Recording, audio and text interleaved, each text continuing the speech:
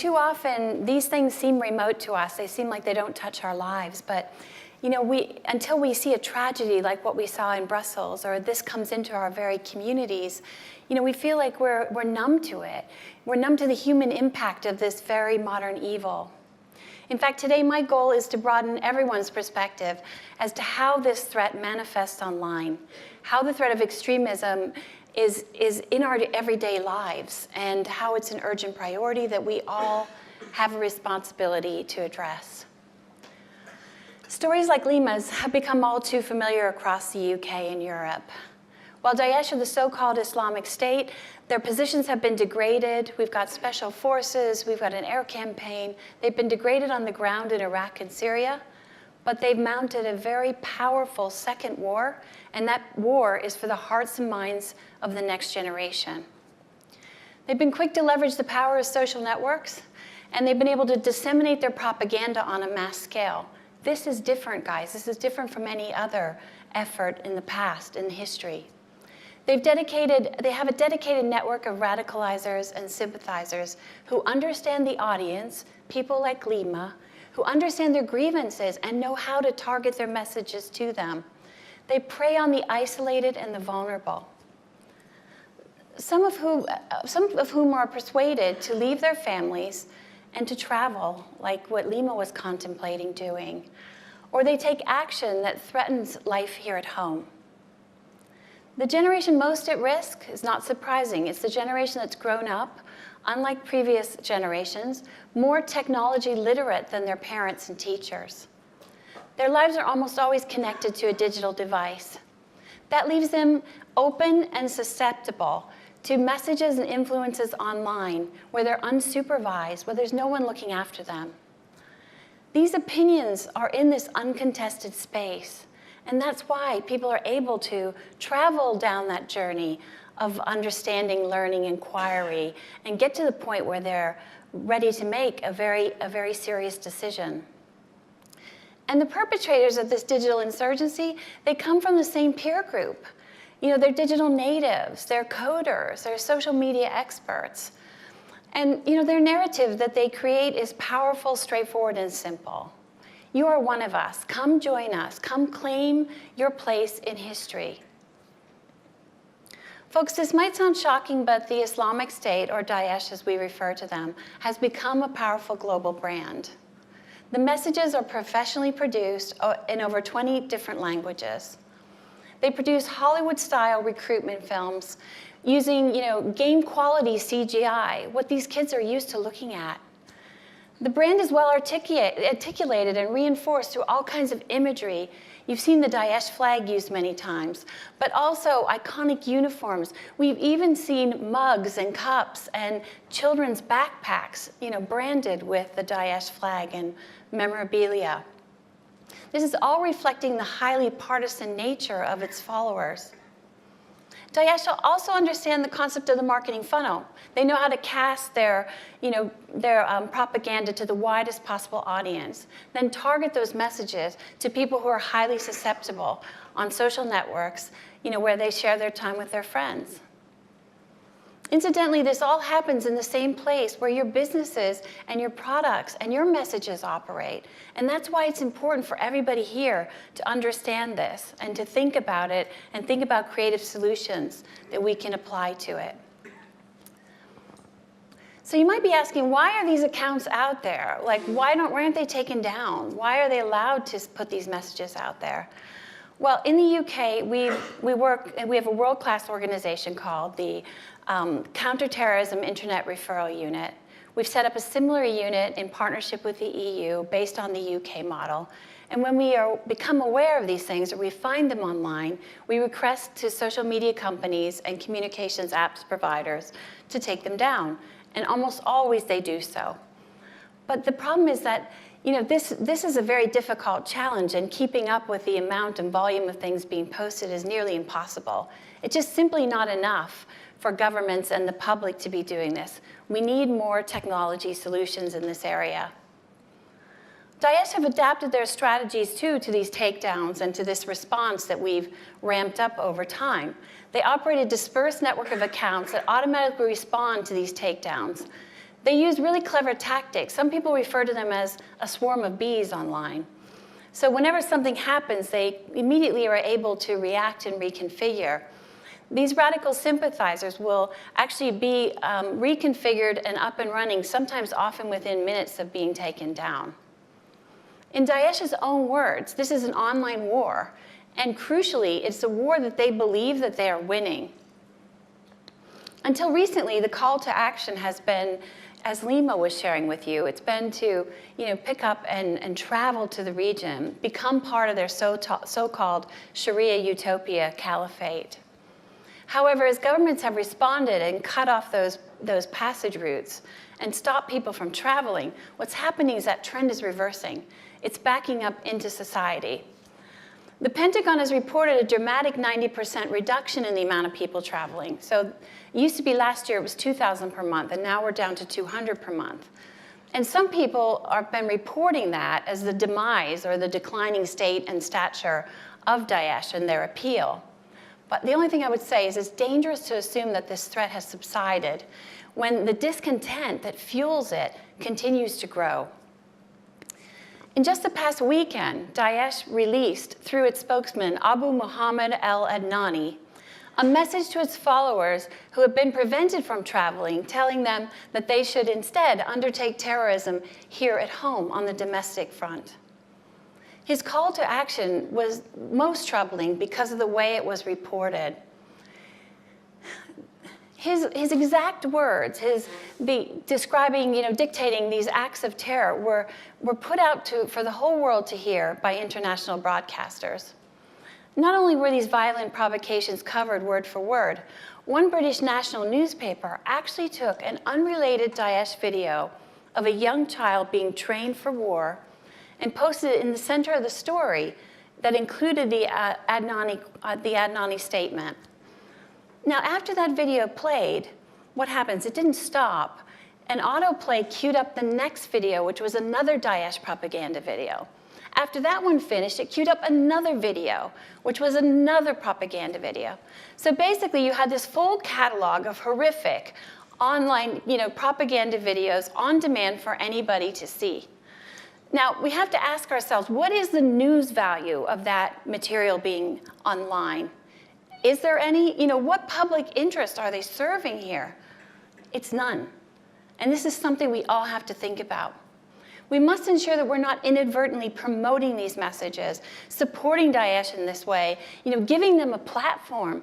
We've got to really expose them and surface them for what they really are. We need to take better care to portray them as the evil, twisted terror organization that is promoting this distorted worldview. Social media platforms are often said to heal themselves. And that means that hateful and cruel statements are often responded to by people denouncing them more than supporting them. And this is fantastic. We've seen this response come about recently in response to terror attacks. Some of the most famous ones you've heard are Je suis Charlie. You remember Not in My Name. In Australia, the hashtag I'll Ride With You started trending. All these things are ways in which the community comes together, unifies, and says, no, this is unacceptable. And that support is really powerful. As business leaders, we need to think about how do we amplify those positive voices in light of all the things that have been happening. But unfortunately, it's not always the case on social media. There's a phenomenon that happens. It's an asymmetry of passion that allows an extreme view to rise up organically on a platform and to get more prominence than it necessarily should, meaning that it reflects the public view when in reality it's just a fringe view. And this invokes a strong reaction in the people in the community, and it leads people to believe that this is what the public think.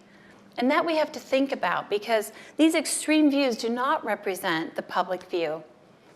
For instance, in the aftermath of the Brussels attack, you saw a hashtag called Stop Islam trending. Within a few hours, it had 200,000 retweets. Now, this is really damaging. If you can think about that for a second. More than 100,000 of them were from people saying that they were upset that this was trending, that this was wrong. But another 100,000 of them were filled with, hate messages, Islamophobic messages, and far-right extremist messages. So what's happening really is this sort of amplification of the fringe view. So Stop Islam becomes the trending topic, and no one realizes that more than half of the people engaged in that conversation were saying, no, this is unacceptable. And the other thing is, I don't know how many of you have been following the Donald Trump saga online, but Donald Trump's statement about banning all Muslims from the US has actually made him a pawn for Al-Qaeda, for Daesh. He's become part of the Dabiq magazine, most recent edition, where they refer to him, and they create this tension, and they use those types of statements. He's also been used in far-right propaganda. I mean, in fact, while the audience of Islamists and far-right extremists might be different, the tactics they use are the same. They want to put forth this idea that somehow life in the West is at odds with Islam, and that's incredibly dangerous. So my goal today is to demonstrate the depths of the problem we face and to initiate a dialogue with all of you. I believe that as we accelerate into an ever more connected and interdependent world, we must focus on the common ground. We must focus on our shared humanity. It's about what unites us in the world. It's not what divides us. And we need to bring people together and spread ideas and knowledge and open their minds. So when we see groups like Daesh and others pursuing these hateful and violent provocations online, these things that run counter to everything that we believe in, we have to act. We have some of the world's foremost business leaders with us here today.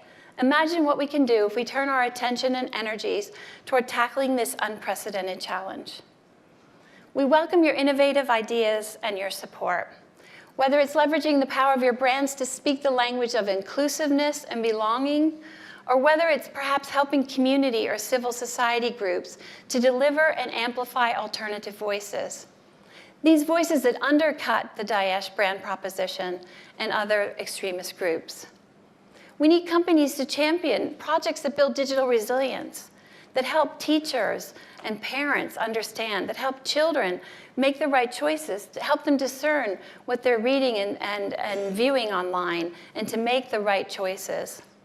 Together with online safety charities, we can help them increase the confidence, and we can help parents and teachers be more supportive and more aware of these things. There is one internet for everyone, and that's the beauty of it, but we also sometimes have to make special provisions for young people. Developers have started looking at this and thinking about children's safety when they're developing products, and I think that's an incredibly positive development. We need to also include the threat of online extremist material in the conditions that we look at when we think about protecting children online. And the other thing we need to do is we need to find automated tools that help us identify this content when it's online, help us scale solutions that find it wherever it is and remove it. We do that in terms of child sexual exploitation. We do that in terms of illegal child abuse imagery. And we need to apply some of those tactics to doing this as well. Daesh it's interesting. It's not an advertising client of any media organization. They don't pay for the global exposure that they receive, and yet they benefit immensely from it. As top advertisers, as many of you are, I'm sure that this infuriates you as much as it infuriates all of us.